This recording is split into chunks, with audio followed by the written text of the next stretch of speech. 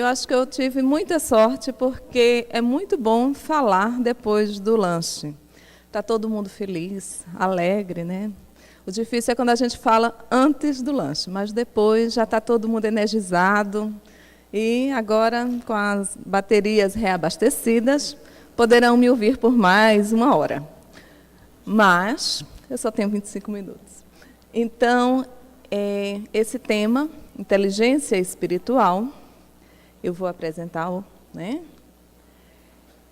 O cérebro humano, ele é composto de bilhões de neurônios. Ele comanda, é um órgão fantástico, que comanda todas as operações físicas do organismo. Opera com impulsos elétricos e processos químicos, né? Que são os neurotransmissores.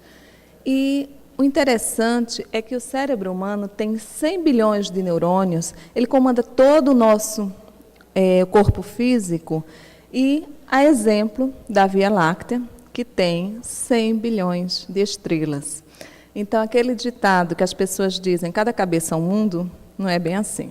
Na verdade, é cada cabeça uma galáxia, né? Então, para a gente ver a complexidade desse sistema que a gente utiliza. E a estrutura cerebral, a estrutura do cérebro, nossa casa mental, segundo André Luiz, ela é composta, né, do tronco cerebral, que é essa partezinha aqui embaixo, tá, que é conhecido como cérebro primitivo, e é a residência dos nossos impulsos, do hábito, automatismo, é onde está. Na nossa evolução, na evolução humana, nós levamos bilhões de anos desenvolvendo este corpo que nós temos hoje, né, através do nosso processo evolutivo. E essa parte aqui do tronco cerebral foi a primeira parte a ser desenvolvida. Isso através de milhões de anos no nosso processo evolutivo. Então, essa parte ela é relacionada ao subconsciente, ao passado, aos hábitos do automatismo, é aquilo que nos faz respirar, né, manter o nosso organismo. A outra parte é o córtex motor, ou seja, tudo isso aqui. Ele é responsável pelas conquistas atuais, que excede do nosso esforço e da vontade. Está relacionado à nossa parte consciente e o presente. Por quê?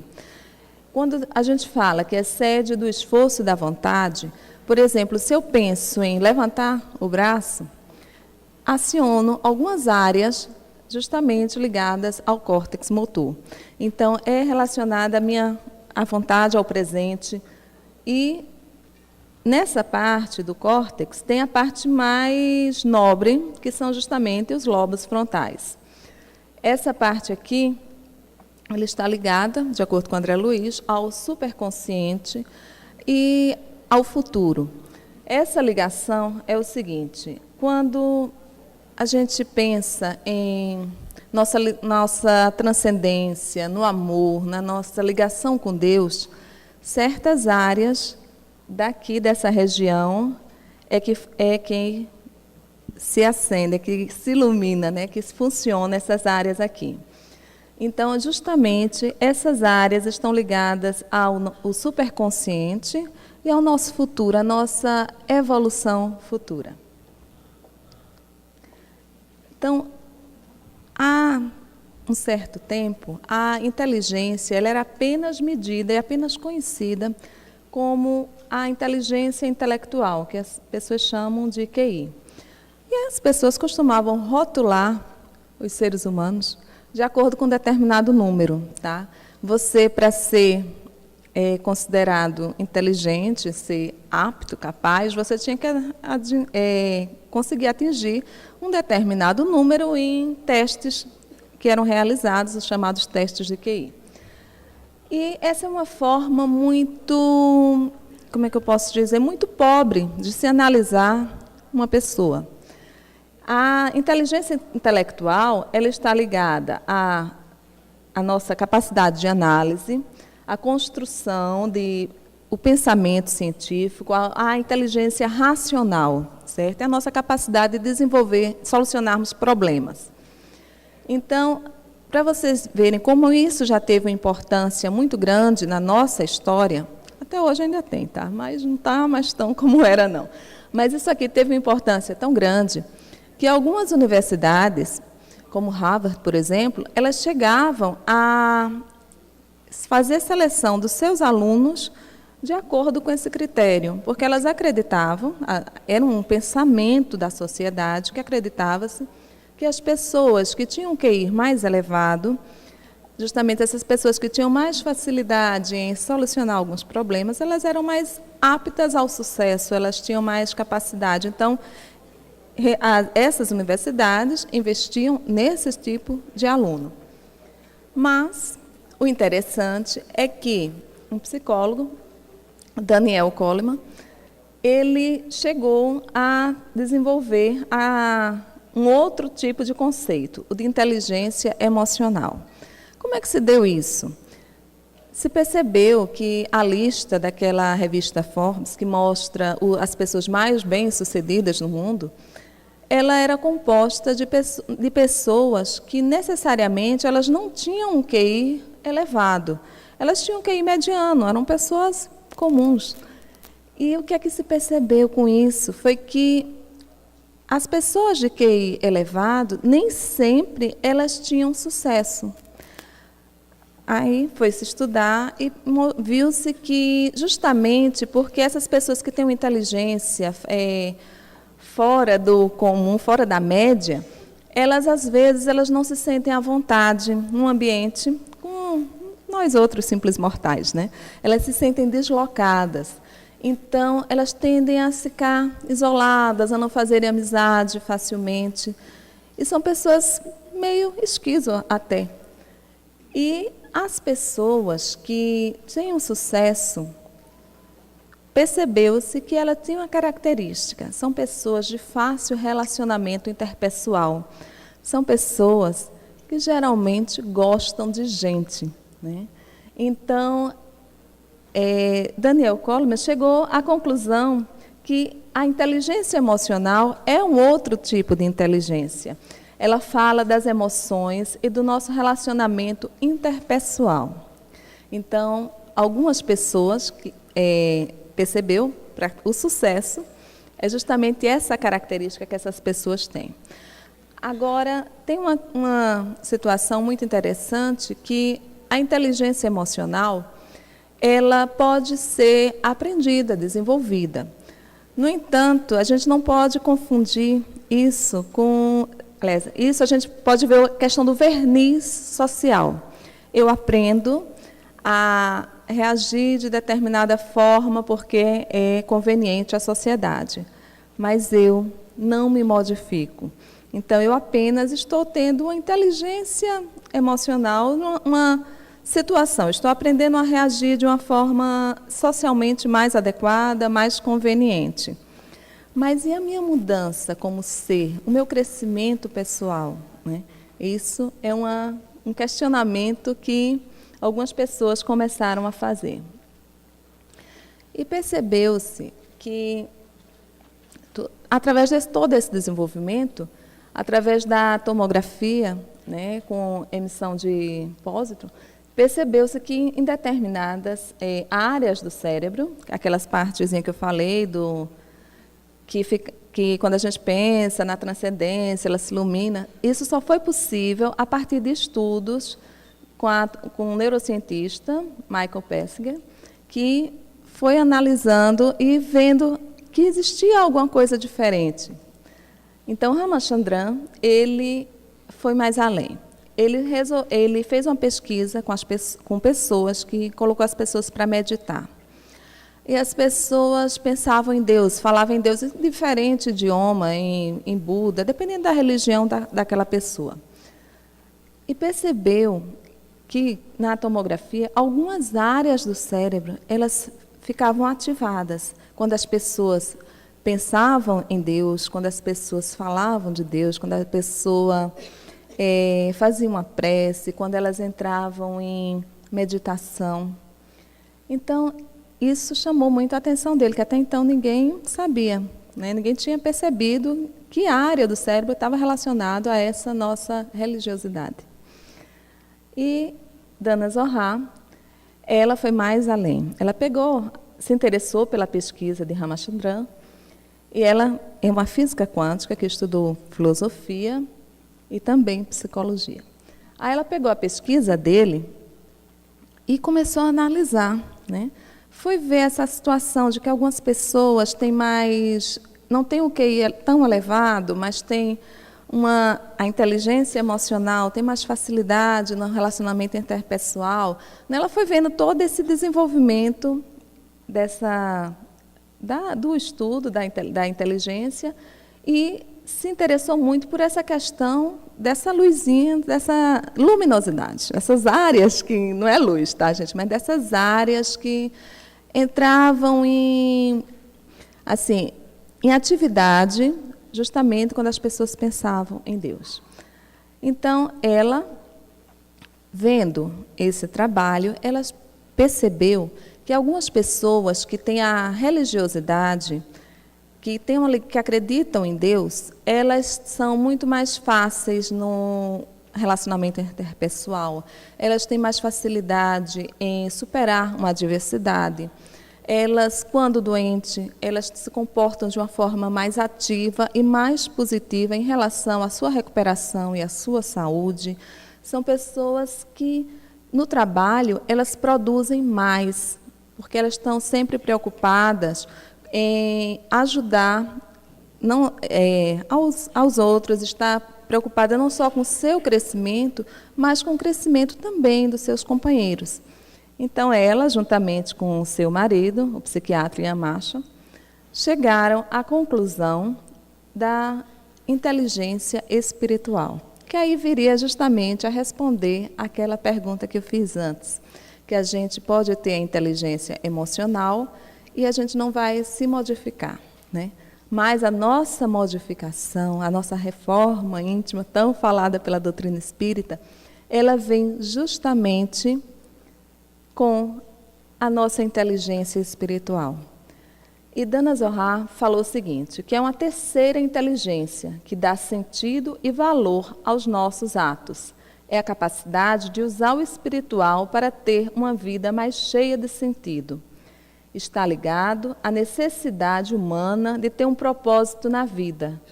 É ele que usamos para desenvolver valores éticos e crenças para nortear nossas ações.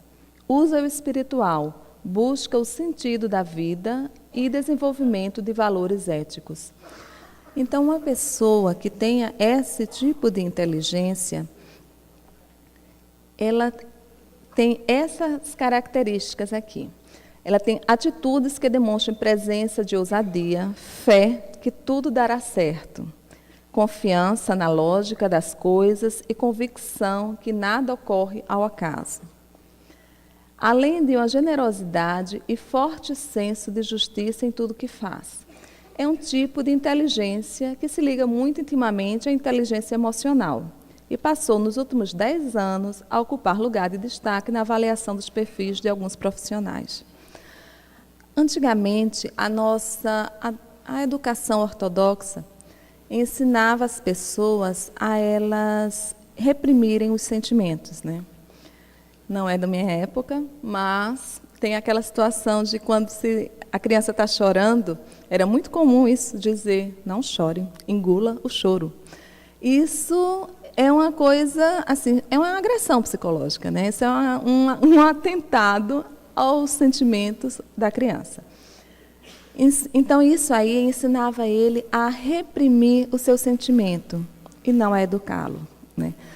Então, tudo que é reprimido, ele tem a tendência a um dia eclodir. E é como uma represa, vai eclodir com mais força. Então, aquela educação ortodoxa que os nossos pais receberam, com aqueles conceitos, aquela repressão, ela não favorecia o desenvolvimento da nossa inteligência emocional. No entanto, nós estamos aqui falando de algo além da inteligência emocional, já é numa terceira etapa, já é um passo adiante, que é justamente a nossa inteligência espiritual, mas que está intimamente ligada à nossa inteligência emocional, né?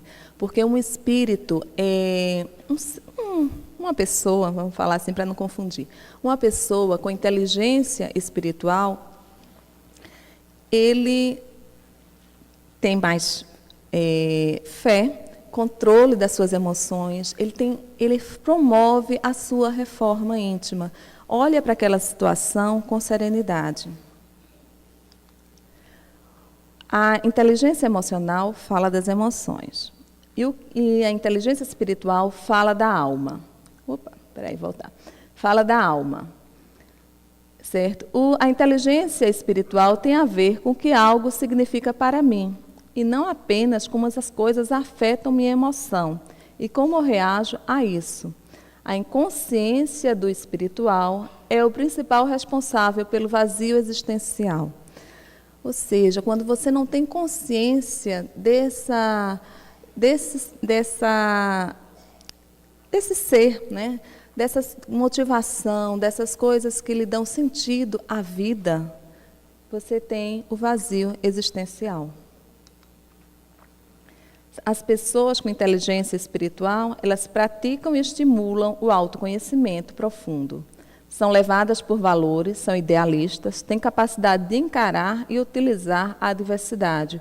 São holísticas, celebram a diversidade, têm espontaneidade e têm compaixão. Um exemplo de inteligência espiritual, que eu acho muito interessante, é da Madre Teresa de Calcutá. Ela era uma pessoa que tinha feito voto de pobreza, né? E ela saía pelas ruas Calcutá, uma cidade da Índia, extremamente pobre, a miséria espalhada pela cidade. Ela saía pela cidade recolhendo aquelas pessoas que, por questões religiosas, elas tinham o hábito de, quando uma pessoa estava para morrer na sua família, eles tiravam aquela pessoa de casa. E eles até colocavam aquelas pessoas em montanhas de lixo, deixava ali a pessoa para ela morrer. Ela não morria em casa.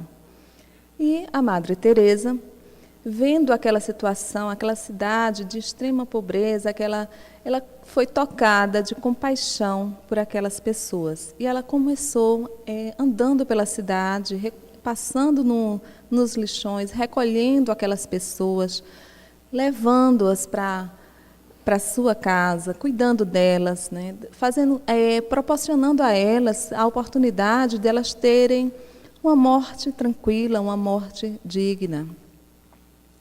E a fama da Madre Teresa foi crescendo, as pessoas foram se admirando daquele anjo de bondade que tinha um trabalho, uma pessoa tão simples, tão humilde, mas tinha um trabalho tão bonito. E um repórter americano teve a atenção chamada, assim, despertou a sua atenção pelo trabalho de Madre Teresa e foi lá na Índia entrevistá-la. E ela disse para ele que, se quiser a entrevista, eu concedo, mas vamos me acompanhando, que eu tenho muito o que fazer, não tenho tempo para estar parando para dar entrevista, não. Então, vamos para o trabalho. E ela foi lá quando estava trabalhando, e ele foi atrás dela enquanto ela trabalhava, atendia os doentes, que ela dizia que os seus pacientes não podiam esperar, os seus doentes não podiam esperar. E ela lá, uma pessoa extremamente ativa, sempre trabalhando. E enquanto ele fazia a entrevista. Então, é ela tratando de um leproso com maior amor, maior dedicação, maior carinho. E aquele estava já no estado avançado da doença, exalava um mau cheiro horrível.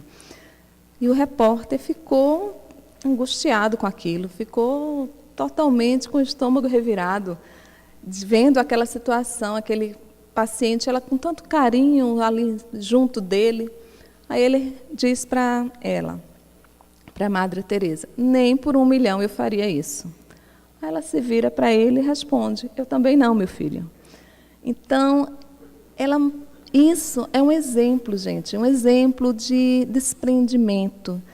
O repórter, ele funcionava naquela base anterior, mais inteligência analítica, racional, lógica, né? Para eu fazer isso, eu faço para ganhar aquilo, né? Eu só faço por uma recompensa. E ela não, ela percebia que era muito maior, a sua recompensa era o ser humano. Então, gente, se alguém estiver dormindo agora, por favor, acorde, que agora é o importante da minha exposição, tá? O ponto de Deus. Então, a tese da inteligência espiritual e do ponto de Deus comprova que o homem é espiritual, que existe em seu coração um mistério que é maior do que ele mesmo. O ponto de Deus demonstra que o homem jamais deixará de ser espiritual, de ser religioso, isto é, de religar-se a alguém que transcende Deus. Então, gente, como eu falei que isso aqui é um ponto importante da apresentação, vocês, por favor, não vão sair daqui pensando que Deus está lá, mais ou menos como está aqui, tá? Não está. Infelizmente, não é tão simples assim. Mas, a partir do nosso desenvolvimento, tanto físico quanto espiritual, nós fomos encontrando, nós espírito, fomos encontrando uma forma de nos manifestarmos através dessa matéria que ora ocupamos. Então, justamente esse ponto de Deus são áreas do nosso cérebro que nós utilizamos para nos ligar com Deus. É uma forma de manifestação. Não é que nós nascemos com aquilo ali, tá?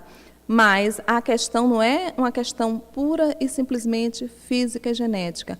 Foi o Espírito que é o transformador, o Espírito é que é o modelador, o Espírito é quem impregnou na matéria aquela capacidade de transcender, de se comunicar, de mostrar a sua ligação com Deus. Então, é um ponto que demonstra a nossa evolução de muitos e muitos anos. Então, nós aqui é uma mostra que esse equipamento que ora nós utilizamos, ele está apto a transcender, a nós usarmos a nossa espiritualidade, dar vazão à nossa espiritualidade. E alguns exemplos de inteligência espiritual, né? Mahatma Gandhi. A não violência é a maior força à disposição da humanidade. Ela é a mais poderosa, que é a mais poderosa das armas de destruição, concebida pela ingenuidade do homem. Sai Baba. Só existe uma casta, a casta da humanidade. Só existe uma religião, a religião do amor. Só existe uma linguagem, a linguagem do coração. Só existe um Deus, e este é onipresente. Allan Kardec. Amar, no sentido profundo do termo, é o homem ser leal, probo, consciencioso, para fazer aos outros o que queira que estes lhe façam. É procurar em torno de si o sentido íntimo de todas as dores que acabrunham seus irmãos, para suavizá-las. É considerar como sua a grande família humana. Dalai Lama. O cultivo do amor e da compaixão é a verdadeira essência de todas as crenças. O importante é que, em sua vida diária, você pratique as coisas essenciais.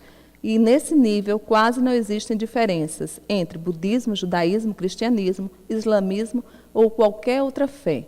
Todas elas focalizam o desenvolvimento, o aperfeiçoamento dos seres humanos, o sentimento da fraternidade e da solidariedade.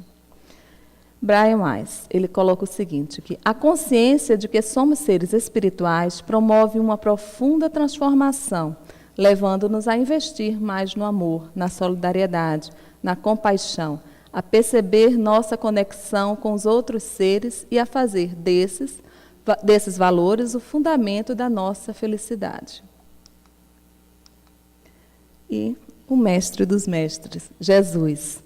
Ama o Senhor, teu Deus, com todas as forças de tua alma e de teu coração, e da tua mente, e ao teu próximo como a ti mesmo. E completou. Nestes 2 mandamentos estão toda a lei e os profetas. Passar logo tudo? Então, aqui, rapidinho, tá? Os aflitos, a gente vai fazer um paralelo entre inteligência espiritual e os ensinamentos de Jesus, tá? Os aflitos, aqueles que sofrem com resignação, aqueles que sabem sofrer, que sabem que o sofrimento é passageiro e que tem um sentido de ser, eles serão consolados. Os brandos e pacíficos, justamente aqueles que fazedores de paz, aquelas pessoas que fazem a paz dentro de si e a paz em torno dos outros. Herdarão a terra. Os misericordiosos, aqueles que têm misericórdia para consigo e para com os outros, eles obterão misericórdia. E os pobres de espírito, aquelas pessoas que já se despojaram do apego aos bens materiais, ao orgulho, ao egoísmo, é deles o reino dos céus. Os puros de coração verão a Deus. Então, o que é que a gente pode concluir daí? Que os aflitos, quem sabe sofrer, né?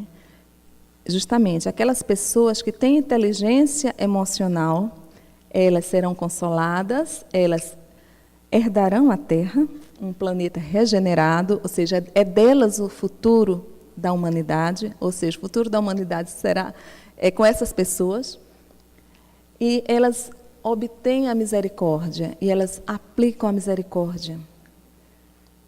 E é deles o reino dos céus, porque elas vivem em sintonia com o nosso Pai. Então, eu queria mostrar para vocês, verão a Deus, porque Deus é amor. Eu queria mostrar para vocês que Jesus, ele está em sintonia com os mais recentes avanços da física, da ciência, que quando mostra essa inteligência, esse tipo de inteligência. Jesus, há 2000 anos, ele já mostrava isso para a gente. E cuida de construir o reino dos céus dentro de ti e tudo mais vos será dado por acréscimo. Muito obrigada.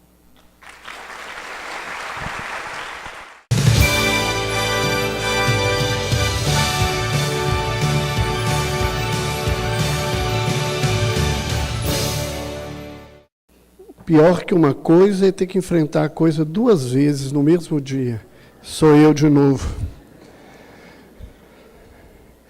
Eu me comportei de manhã com horário, pouco rebelde, e agora eu vou me fazer meio rebelde à tarde, não com horário, mas com o tema, no sentido de refletir de uma outra maneira aquilo que os companheiros da AME Alagoas nos pediu para falar. Porque nesses anos todos, trabalhando com psiquiatria e dentro dessa abordagem espírita, uma coisa tem sido alvo da nossa preocupação de aprendizado e temos recebido da espiritualidade algumas informações que, juntando-se àquilo que o Evangelho de Jesus nos fala, que a doutrina espírita nos oferece através das obras básicas e das obras subsidiárias, tem nos mostrado como ver a doença nos seus aspectos mais profundos. Emmanuel fala-nos em diversos momentos da sua obra, e a gente encontra isso basicamente no livro Consolador, que nós teríamos 2 modos no processo da evolução. Que nós teríamos aqueles espíritos que, como Jesus, evoluíram em linha reta, que a sua evolução se perde na poeira dos sóis, nas palavras desse benfeitor. E teríamos aqueles outros aos quais Emmanuel fala sobre a queda.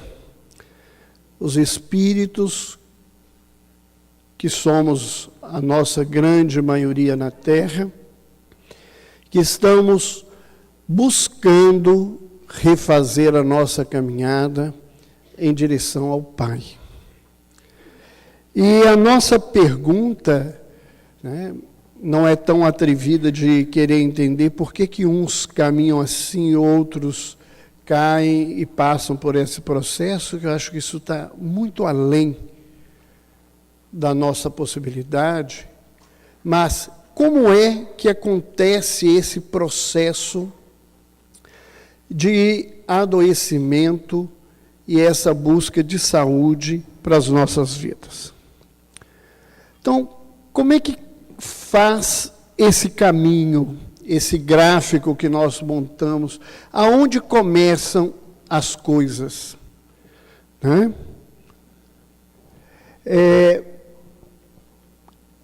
A primeira relação da criatura é com o Criador.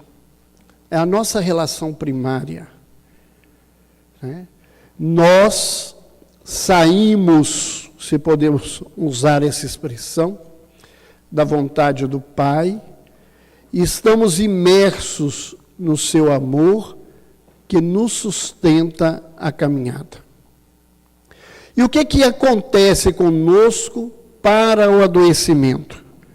Nós vivemos, então, essa falta de fé.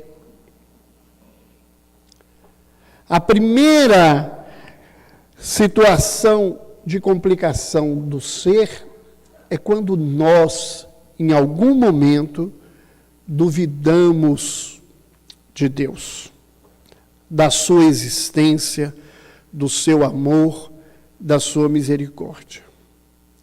Fé que é diferente de crença. Jesus, no seu Evangelho, diz que crer em Deus, até os demônios creem e tremem ao escutar o seu nome. Crença é uma questão racional. Nós falamos dessa crença, mas ainda estamos muito longe dessa fé, dessa certeza daquilo que Jesus diz, desse Pai que nos sustenta e nos guarda.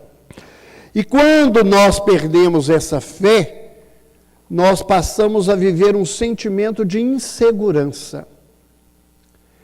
E qualquer de nós, quando está inseguro, vai fazer um movimento para se defender.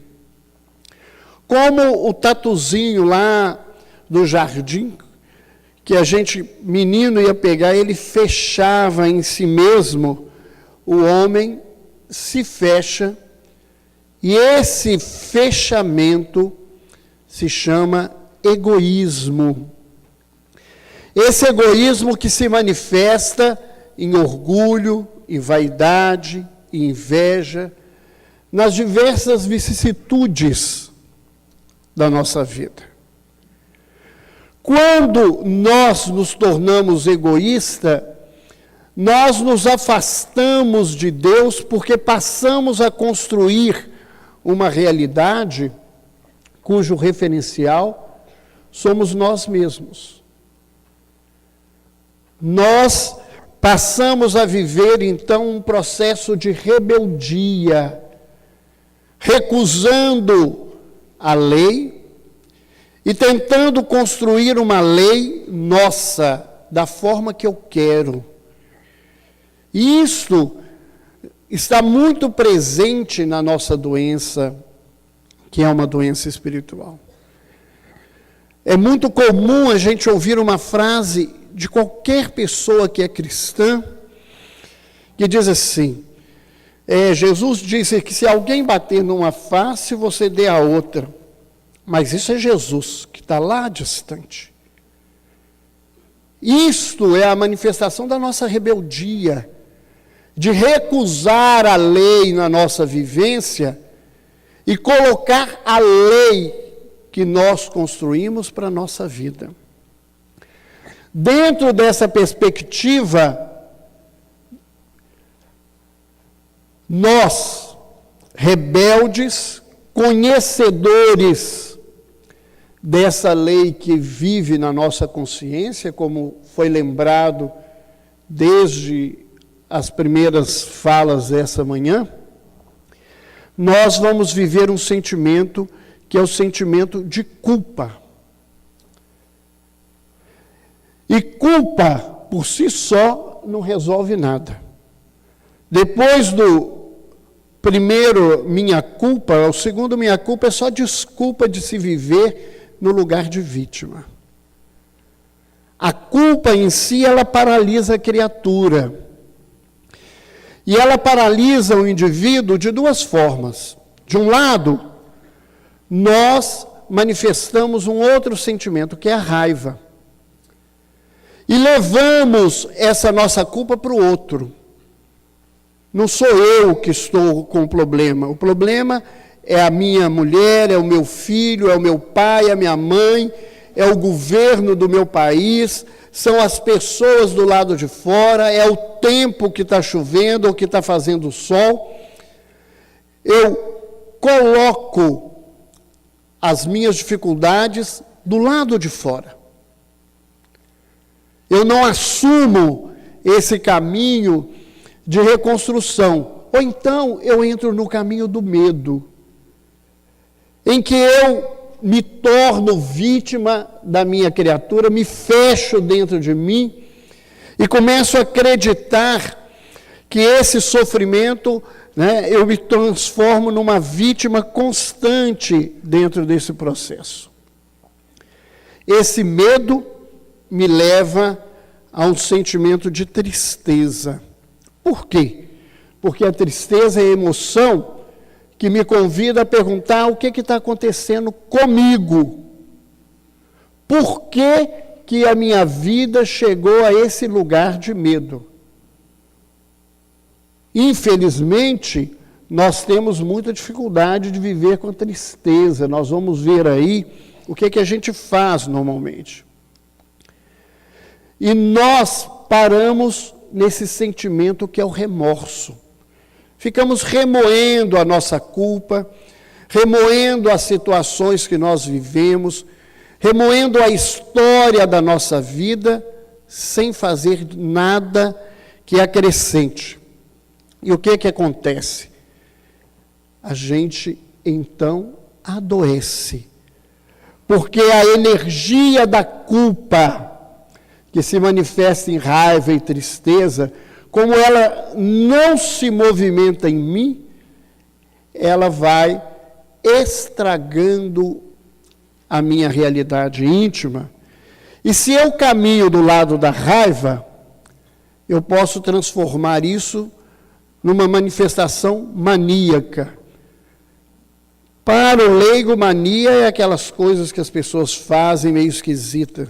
Em psiquiatria, mania é euforia, essa manifestação da agitação, da agressividade para o lado de fora. Se eu estou doente do lado do medo, isso pode se transformar em depressão. E depressão e mania são duas faces de um mesmo processo, de uma mesma doença, que é a rebeldia da criatura. Mas vamos continuar caminhando isso. Por que isso acontece? Quando que esse processo acontece? Precisa que o ser adquira essas 4 condições: razão, livre-arbítrio, conhecimento e exercício da vontade. Por que nós falamos isso? Porque o apóstolo Paulo já nos dizia: aquele que não conhece a lei, o que faz é lei. Mas aquele que a conhece e a derroga, será punido pela própria lei. Nós temos que conhecer, temos que ser capazes de analisar e de fazer escolhas e exercitar a nossa vontade para entrarmos nesse processo de doença. Porque as criaturas que não chegaram a esse nível passam pela dor, mas não pelo sofrimento, que é a dor moral construída a partir da culpa. Ao desrespeitar a lei, nós nos afastamos do amor divino. Não é Deus que se afasta de nós. Nós que nos afastamos de Deus. E quando nós nos afastamos de Deus, né, pela nossa rebeldia, a gente deixa de se alimentar desse amor que nos sustenta. E aí o que acontece? Nós vivemos a culpa porque nós temos conhecimento, sabemos que não deveríamos estar fazendo, e desvitalizamos o nosso ser em todas as suas nuances, seja a nível mental, seja a nível energético, espiritual, seja a nível físico. Nós vamos nos desvitalizando e esse processo que envolve a culpa e essa desvitalização é que nós chamamos de adoecimento. Esse adoecimento, ele provoca uma marca moral. Porque a doença, na realidade, está lá atrás. Ela se chama egoísmo, se chama orgulho, inveja, vaidade, ciúme, preguiça. Essa é a verdadeira doença da criatura. E essa doença, então, promove essa marca no ser, no seu corpo espiritual, em uma área que certamente nós vamos, à medida que conhecermos mais profundamente o perispírito, entender como é que isso acontece.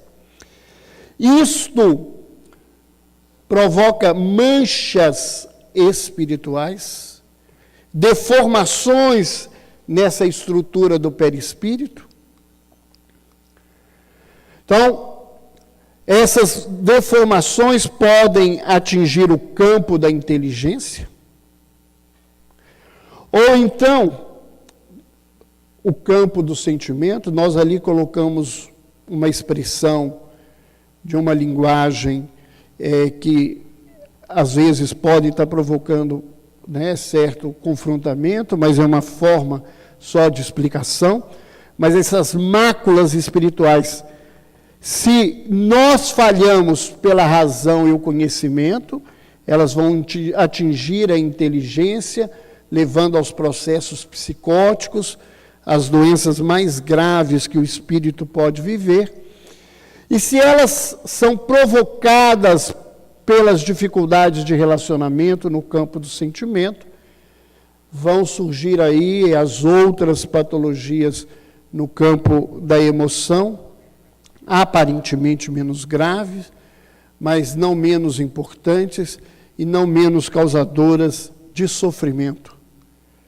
Isto vai atingir a estrutura do duplo etérico, que é esse elemento que faz a intermediação do perispírito com o corpo físico, e através dos correspondentes dos centros vitais, né, chamados chakras, ele vai atingir o corpo físico e os órgãos relacionados a essas estruturas aonde nós falhamos vão dar origem ao processo de doença. Então, a doença, na verdade, ela acontece aqui, nesse desrespeito à lei. Isto que nós chamamos de doença é efeito desse processo, mas muito mais do que isso, é instrumento para a nossa saúde. A nossa forma de adoecer física é um instrumento da misericórdia para nos convidar a retomar a nossa caminhada. Me lembro muito bem de uma orientação espiritual que nos foi enviada quando, há 3 anos atrás, aproximadamente, descobrimos que estávamos com um câncer de tireoide. E dias antes de submeter a cirurgia para retirar a glândula, eu fui levado a um tratamento espiritual e os amigos espirituais me mandaram um recado dizendo que aquela situação era para me lembrar que nós não temos controle sobre tudo, que precisamos aprender a respeitar o movimento da vida e as necessidades que nós temos de ter limites em qualquer que seja a nossa caminhada. E foi realmente um momento em que eu tive que me submeter a um monte de coisas que a minha rebeldia não aceita muito na minha caminhada. Quando a gente toma consciência da doença, isso não significa que eu já estou curado, mas que eu assumo que eu estou doente, eu posso fazer 2 caminhos. Um caminho que é um caminho de negação, em que eu prefiro ver a doença no seu aspecto de castigo, no seu aspecto que paralisa a criatura, ou eu posso constatar que essa doença faz parte desse chamamento de transformação da minha vida. Quando eu escolho o caminho de negação, o que eu vou fazer costumeiramente é um trabalho de alívio de sintoma. É fazer com que desapareça aquilo que eu chamo de dor. Sem essa preocupação de entender por que a dor está na minha caminhada. Sem nenhum desrespeito aos colegas cirurgiões que estão aqui, é fazer o que o cirurgião faz. Ele tira o órgão que está doente, sem tirar a doença que está na criatura. Se a gente não tiver uma visão mais profunda, buscar esse lado, eu vou estar só aliviando o sintoma, sem fazer um processo de transformação. Não que isso deixe de ser importante, mas isso sozinho é um processo de negação. Então, eu me afasto do indivíduo que me incomoda, eu deixo de frequentar a casa espírita que me questiona, eu separo da mulher que me chateia, do homem que me incomoda, eu tento esquecer os filhos que me cobram, é uma forma só de querer aliviar os meus sintomas, sem assumir a responsabilidade da minha caminhada. Mas se eu aceito essa constatação, eu entendo que a doença é um chamamento de transformação, eu vou fazer uma busca de autoconhecimento. Jesus nos afirma: conhecereis a verdade e a verdade vos libertará. E quando Pilatos pergunta a Jesus o que é a verdade, Jesus se silicia. Não porque ele não soubesse dar a resposta, mas para nos mostrar que essa resposta é íntima, é individual. Nós temos que nos encontrar com a nossa verdade. Precisamos sair desse lugar que ainda hoje nos posicionamos de fingir que está tudo bem, que nós estamos nos transformando, que nós somos melhores. Fingir que a gente é aquilo que as pessoas às vezes falam de nós. Hoje a gente comentava no intervalo, eu e a Kátia Marabuco, porque falando de como as pessoas nos veem falsamente, meus pacientes viram para mim e falaram assim, eu queria ter a metade da paciência que o senhor tem. Eu de vez em quando falo isso em casa para os filhos acreditar. E eu tenho um filho que a língua dele só não é maior porque, como diz ele, geneticamente a minha é maior que a dele. Aí ele diz assim, pai, mas esse povo é cego mesmo, ele deve ser tudo doente mesmo da cabeça, achar que você tem paciência, aonde? Né? Então a gente precisa parar com esse lugar de fingir que a gente é bom, porque nós precisamos realmente melhorar, de fingir que a gente, em crença, a gente vive fé, que a nossa postura, que muitas vezes é de vaidade, é uma postura de disponibilidade externa, quando é muito mais uma busca de ser aplaudido, de ser aceito. Um trabalho profundo que exige duas caminhadas. Reconhecimento de si próprio é o primeiro passo. Reconhecer, como diz o AA, né, que eu sou pequeno, sou ínfimo e que existe, nesse segundo momento, uma outra realidade além da minha.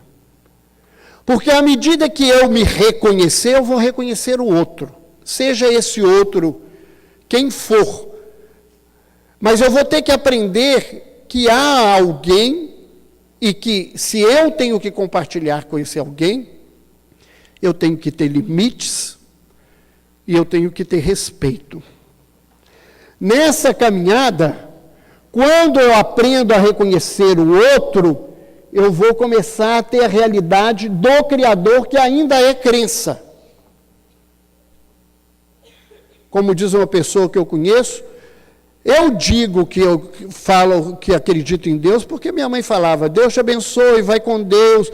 Tanto ouvir falar em Deus, eu falo em Deus. Infelizmente, muitos de nós caminhamos ainda hoje nesse lugar. E se eu reconheço a mim mesmo, eu vou viver esse sentimento de humildade. A palavra humildade vem de humus, esterco. É reconhecer aquilo que ainda é em mim, pobre e podre, mas que pode se transformar em alimento para o outro e crescimento para outras criaturas. Quando eu faço esse movimento de humildade, eu vou sair do processo de culpa e remorso e vou me arrepender. Há uma fala do Amir Klink no livro Para Ti, 2 polos, que ele diz, um dia eu tenho que desembarcar dos sonhos e tomar uma atitude. Eu tenho que desembarcar também das minhas culpas, do meu remorso, e tomar uma atitude que é de arrependimento, reconhecer a minha culpa e refazer aquilo que eu atrapalhei na caminhada, tanto minha quanto das pessoas que estão ao meu redor. E isso vai então despertar as potencialidades que vivem em mim. Não é aquilo que eu tenho que conquistar, como foi lembrado hoje pelo Sérgio. É aquilo que existe dentro do meu ser. E quando eu conheço essas potencialidades, eu consigo ver uma potencialidade maior, eu passo a aceitar Deus naquele lugar que Jesus me ensinou, como Pai, e essa aceitação, né, da minha filiação ao Pai é que se transforma em fé. É quando eu reconheço a sua misericórdia, o seu amor em toda a sua grandiosidade. E aquele que aceita Deus, ele vai ter que viver a lei de Deus. Não adianta falar que nós acreditamos em Deus se nós não vivemos isso.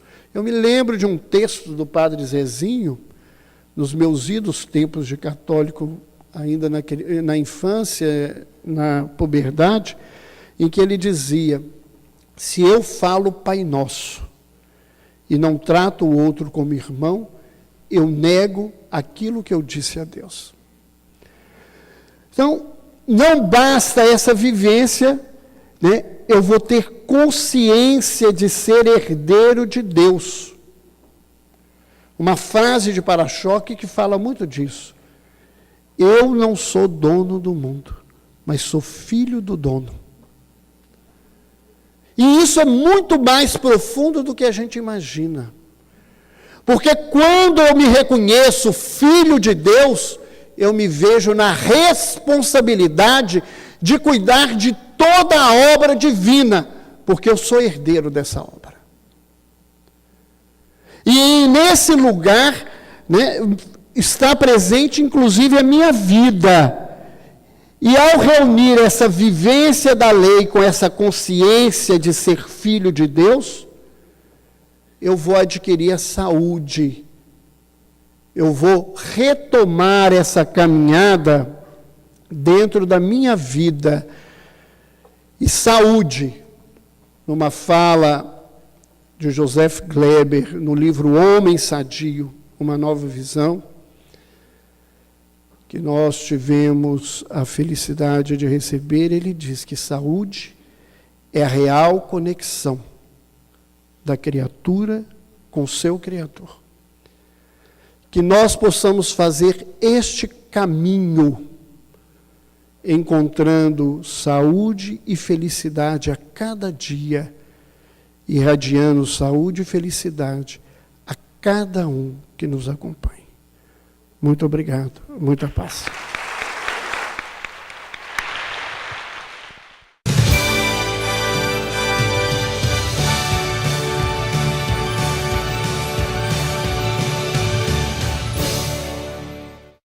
Minhas amigas, meus amigos, muito boa tarde. Uma alegria voltar ao nosso encontro aqui em Alagoas, a gente fica sempre saudoso de todos.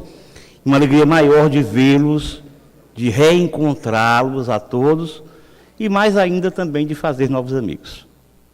Vocês estão vendo que o trabalho é o que não me falta, não é? Em junho de 1999, eu estava fazendo uma pequena turnê no interior paulista. E em Jundiaí, eu falava sobre uma temática já intrigante. Era família, instituição falida? Era uma pergunta. E falei, discorri ali durante uns 50, 60 minutos.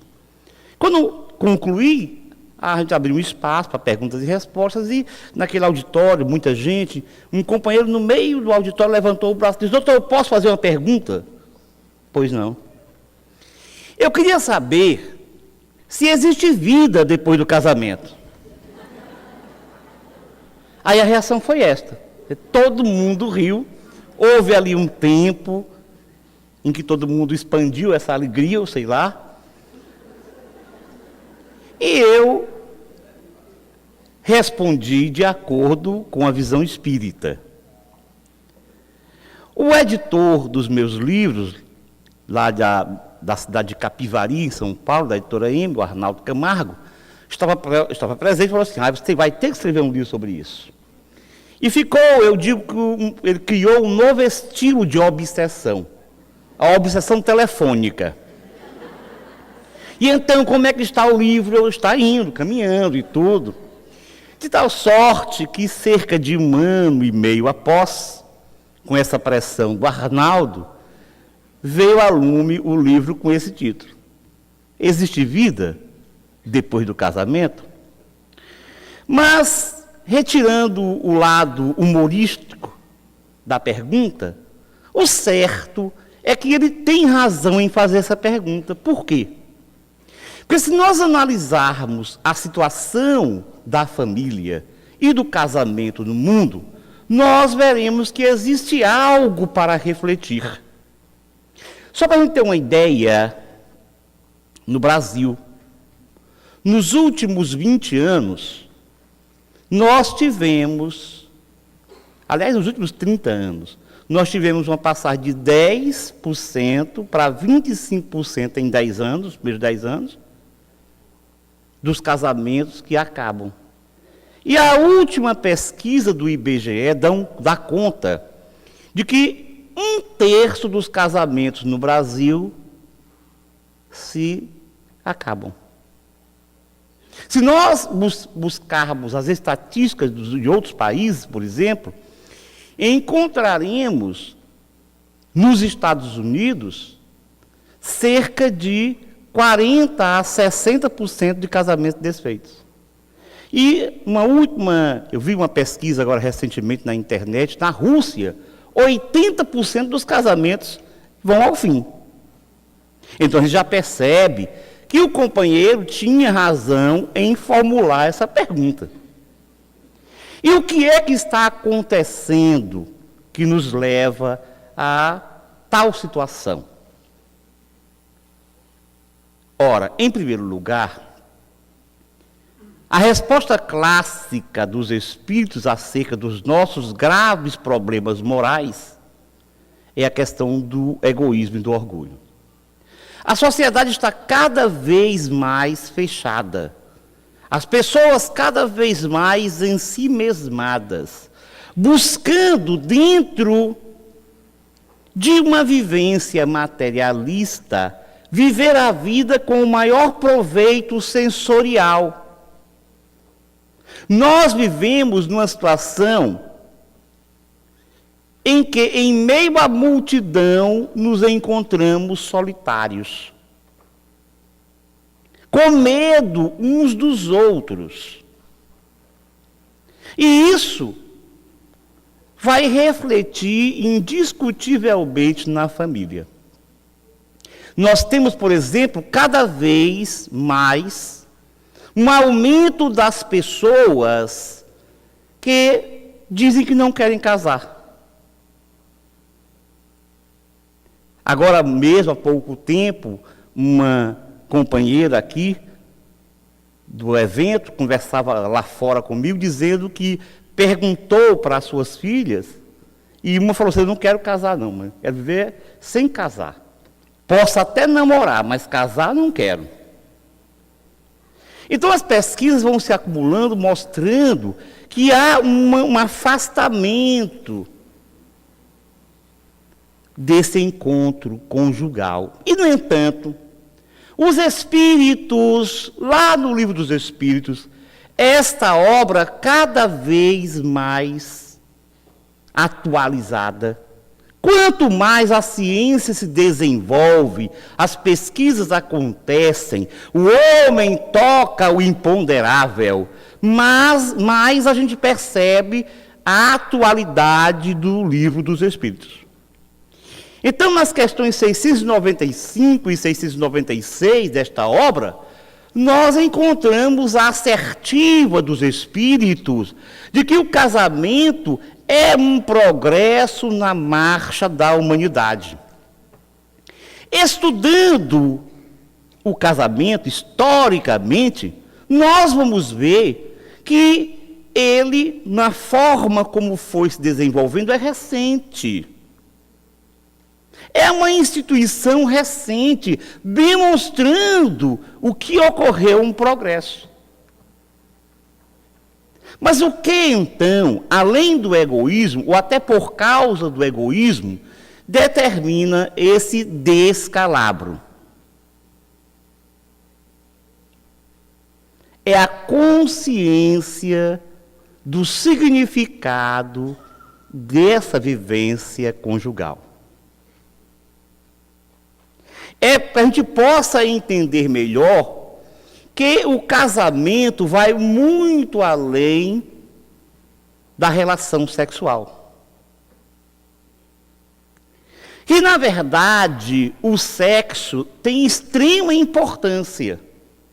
E se nós buscarmos conhecer a evolução do espírito, desde os primeiros momentos em que ele deu os passos na direção da consciência, da razão, da individualidade, nós veremos que foi essa instintividade biológica que fez com que houvesse uma aproximação. Então, a busca pelo prazer ela tem um significado, sim, que é o de nos despertar para as nossas necessidades maiores. E nesse sentido, a lei divina age automaticamente criando as paixões. E também, em O Livro dos Espíritos, na questão de número 908, os amigos espirituais explicam que as paixões são capazes de decuplicar a força do homem na realização do projeto divino, do projeto de vida criado por Deus para todo o universo. Então, eu repito que a grande dificuldade está em encarar o casamento como uma necessidade espiritual. Há uma tendência de se manter a ideia de que o casamento teria o objetivo principal de satisfazer a sexualidade no seu sentido horizontal. Porque sexualidade, em verdade, é muito mais do que genitalidade. No meu livro, eu lembro que a genitalidade é uma das manifestações. Se a gente pudesse fazer uma comparação de genitalidade e sexualidade, o que é que representa a genitalidade para a sexualidade? Eu diria que a genitalidade é a ponta de um iceberg. Porque, em verdade, toda manifestação de sexualidade tem a ver com amor. Tem a ver com expressividade do amor. Ainda que o nosso amor se encontre distanciado do ideal. Mas todos nós trazemos esse sentimento por desenvolver em sementes. E toda vez que eu expresso esse amor, eu estou tendo vivência de sexualidade. Então, por exemplo, eu abraço um amigo, beijo meu filho. Isso é expressão do amor. Isso é sexualidade. Mas se percebe, se colocou, muita gente se colocou em sexualidade como genitalidade. Ora, nós sabemos que hoje já não há mais aqueles rigores em relação à questão da sexualidade genital. Então, muita gente está dizendo, então não precisa. Mas aí perde de ter uma vivência extremamente enriquecedora, que é o casamento. O outro problema é porque a gente tende a colocar tudo que for obstáculo para distante, negando as necessidades evolutivas, deixando de assumir e aprender com esses momentos, com esses conflitos. Então, dificuldade para lá. Como se isso resolvesse, nós passamos a ter um vazio existencial. Além disso, quando se busca o casamento, muitas vezes esses casamentos têm por motivação aquilo que é motivação da vida da imensa maioria dos habitantes deste planeta, inclusive aqueles que se afirmam espiritualistas, que é a matéria. Observem como a imensa maioria da humanidade, ainda nos países religiosos espiritualistas, como o Brasil, os Estados Unidos, mesmo dentro da família espírita, eu estou falando isso porque o Espiritismo nos permite refletir melhor acerca dessas questões básicas da existência, mas aí nós ouvimos, vamos para o centro espírita, temos uma vivência espiritualista, mas no dia a dia a vivência é materialista. As preocupações são praticamente materialistas. Então os casamentos são materiais. Grande número dos casamentos, grande número é do tipo materialista. Ora, a matéria, sendo algo que se deteriora, que se perde, que se modifica, logo um casamento material, um casamento com objetivos materiais vai se acabar. Eu gosto de brincar, apesar de que eu não tenho muito tempo para brincadeira hoje, mas eu digo o seguinte, aquele casamento material, imagina só quando a meninazinha vê aquele rapaz bem posto, musculatura no lugar, ela olha, dá um suspiro. Na minha época, falava assim, que gato. Hoje assim, que tigrão. E ela fica suspirando ali, envolta, absorta nos pensamentos, olhando para aquele corpo, e fica tocada por ele. E ao mesmo tempo o rapaz vê a menina, com as suas curvas muito bem delineadas, estrógenos a toda, saltando pelos poros, a pele macia. E ele olha assim e diz, que gatinha. Quer dizer, hoje em dia, que sarada. Só que esse negócio de sarada logo, logo adoece. E o que ocorre é que o casamento material, logo depois, quando ele começa a ficar com os cabelos assim embranquecidos, apesar de que não é o meu caso, porque, na verdade, eu tenho cabelos brancos desde 17 anos, então me acostumei com eles já. Mas, ou então, essa barriga de atleta à beira da mesa, ele começa a ver, puxa, mas cadê o gato? Olha para ele, o primeiro animal que ela pensa é um porcão. Mas ele dá o troco. Ele olha para ela, já não tem mais as curvas, já chega aquelas rugas e tudo, estrias. Mulher detesta estrias. Então ele olha para ela, meu Deus, eu casei com uma onça. Então o que acontece? Ela separa, porque acabou o motivo, o material. O corpo não é mais o mesmo, o corpo se modifica mesmo. Então os casamentos materiais se findam com facilidade. Dificilmente é possível desenvolver uma relação mais afetiva, mais emocional. Só que como a lei nos manda resolver essas questões, porque a gente não age sem reação, não por punição, mas por aprendizado, por educação. A gente aprende com as ações.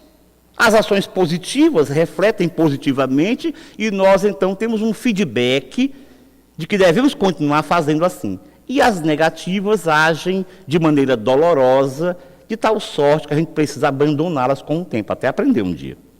Então esse casamento material nos liga, porque dificilmente também as separações conjugais acontecem sem maiores danos, sem maiores conflitos. Então, até que se separe, e toda separação conjugal é muito conflituosa, ou pelo menos boa parte, a grande maioria, ficam mágoas, ressentimentos, que precisam ser corrigidos depois. E aí nós teremos os casamentos provacionais.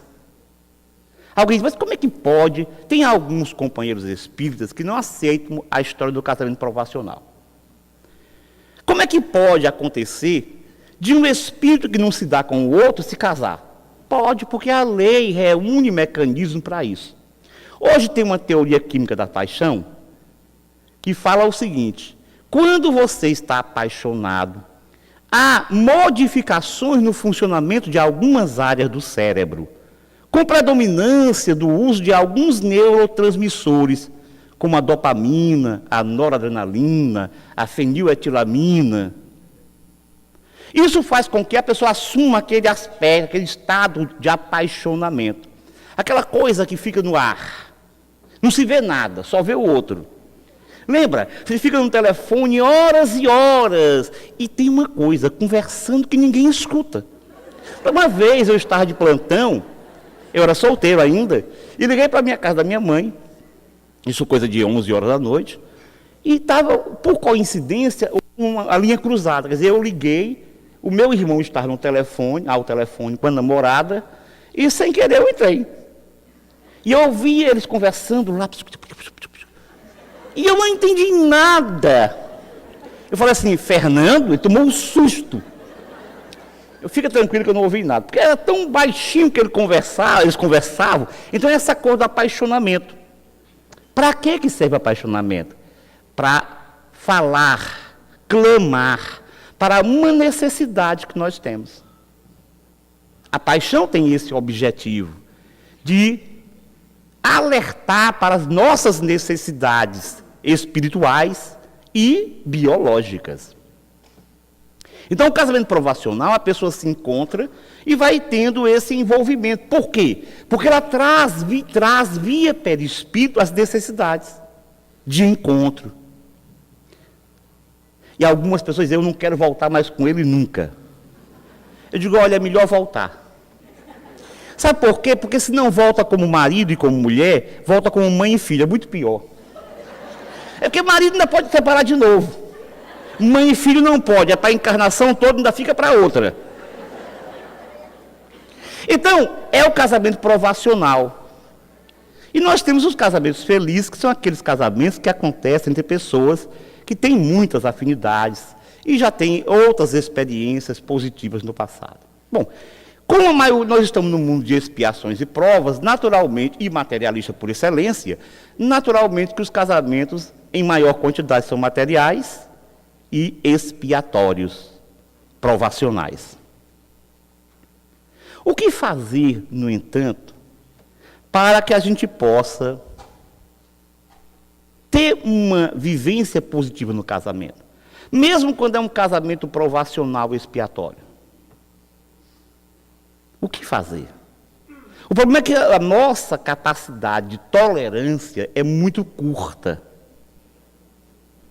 Então a gente já quer uma pessoa que seja exatamente aquilo que a gente sonha, um príncipe encantado, ou uma princesa encantada, se é que existe. A gente nunca pensa no outro como alguém igual a gente. Quer dizer, para mim, a perfeição, a pessoa perfeita. Para ela, eu mesmo. Com todos os meus defeitos, tudo, etc. Então você não vai encontrar nunca. Olha, nós estamos num mundo de expiações e provas. Como é que eu posso encontrar gente perfeita aqui? Se eu começar a exagerar nisso, eu vou ficar realmente sem casar. Então, durante o apaixonamento, que é aquela fase que nos excita, que nos aproxima, que nos estimula, é preciso começar a trabalhar o desenvolvimento do afeto, do carinho. E no casamento, no meu livro Existe Vida Depois do Casamento, eu coloco, era o que eu temia. Eu dou algumas sugestões, eu ouso dar algumas sugestões para a manutenção da saúde do casamento. Eu vou citar algumas para vocês, porque o tempo também é curto. A primeira, respeito. Não existe nenhuma relação que permaneça sem respeito. É preciso compreender que o outro é uma outra pessoa. Não nos pertence. Está conosco, compartilhando a relação conjugal. É uma relação de dois, que formam mais que dois. Porque o laço conjugal, nós continuamos sendo, cada um continua sendo o que é. Ele e ela.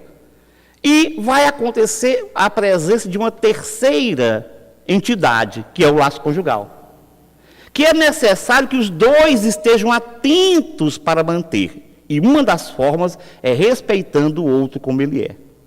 Obviamente, que quando você vai casar, tem que levar em consideração as dificuldades do outro. Porque quando está apaixonado, às vezes tem isso. Mas minha filha, esse homem bebe. Não, é só uma coisinha de nada, 2,5 litros. Meu filho, essa mulher não sabe cozinhar. Mas eu não quero ela para ser cozinheira. Então você não começa, tem que analisar se realmente os defeitos que a pessoa apresenta, se são defeitos que você pode conciliar no dia a dia. Então, é respeitar o outro como ele é, de acordo com as suas características. Claro que cada um vai respeitar reciprocamente. E isso fortalece o laço conjugal. Um segundo conselho, se é que eu posso fazer assim, é a afetividade.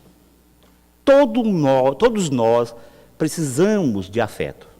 O espírito, ele se nutre de afeto. O problema é que a gente, quando casa, no começo é beijinho, porque meu querido, meu amorzinho, benzinho e tal, lindinha, lindinho e tudo. Passou 1 ano, 2 anos, oi. E aí quando alguém fala assim, mas a sua mulher, você não disse que a ama, ela sabe. O que é que eu vou ficar dizendo? Mas tem que dizer, meu bem, eu te amo. Porque é bom ouvir isso. Se você não diz, alguém, gaiato, pode depois dizer, olha, eu gosto muito de ti. É complicado. Então comecemos a perceber a necessidade de dar afeto, de dizer as coisas. Puxa, você está tão bonita hoje. A mulher adora isso. Esse seu brinco. Porque homem não percebe isso, vocês sabem disso, né? Homem, ela se veste toda, corta o cabelo, e aí ele entra em casa. Oi. E ela balança a cabeça, balança as orelhas. E não viu nada. Disse, aí, o quê? Você aí toda... E o cabelo? Que cabelo? Você não percebe. Isso é uma característica do homem, precisa mudar isso. Então, afeto, afetividade. É preciso amar. E dizer que ama. E mostrar, desenhar o amor. Porque nós ainda precisamos dessa linguagem. Essa linguagem falada, essa linguagem gestual, ainda é uma característica dos que não habitamos esse planeta nesse momento. Outro conselho é tolerância. Porque às vezes a gente já não aceita, fica intolerante, briga, e aí a coisa vai assumindo uma dimensão que acaba separando. Então, primeiro, se você não gostou, muito bem. Depois você conversa calmamente. Não explode. Outro conselho, eu estou sendo rápido porque a gente tem pouco tempo. Outro conselho é fidelidade. Ainda a infidelidade é uma das principais causas de separação conjugal. Ora, se você não gosta de ser traído, como você vai trair? Então, busque a fidelidade. E o interesse sexual. Porque também acontece no casamento que as pessoas, com o tempo, vão se desinteressando da vivência sexual. Mas nós vivemos num momento em que há necessidade dessa troca, desse encontro. Então, observe no outro, observe na parceira as suas necessidades. Interesse sexual. Além disso, diálogo. Eu, às vezes, me assusto com alguns casais, que têm a oportunidade de conversar no atendimento fraterno, e que eles escondem as coisas mais incríveis. Não, ele não sabe. Como o seu marido não sabe? Não, ele não pode saber. Meu Deus! Eu vejo o centro espírita escondido. Você vem escondido no centro espírita? Eu não sei se é porque uma das coisas que, desde que eu casei, eu sempre prezei foi o diálogo. Vamos conversar, vamos discutir. Então, não tem como você deixar de conversar, dialogar. Claro que pode buscar o melhor momento para esse diálogo. O nosso tempo acabou. Mas quem quiser ver os outros conselhos, pode ver no livro. Não é merchandising.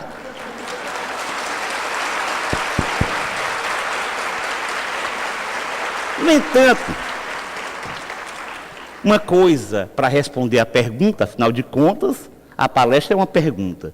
Afinal de contas, existe vida depois do casamento? Sim. E vida em abundância.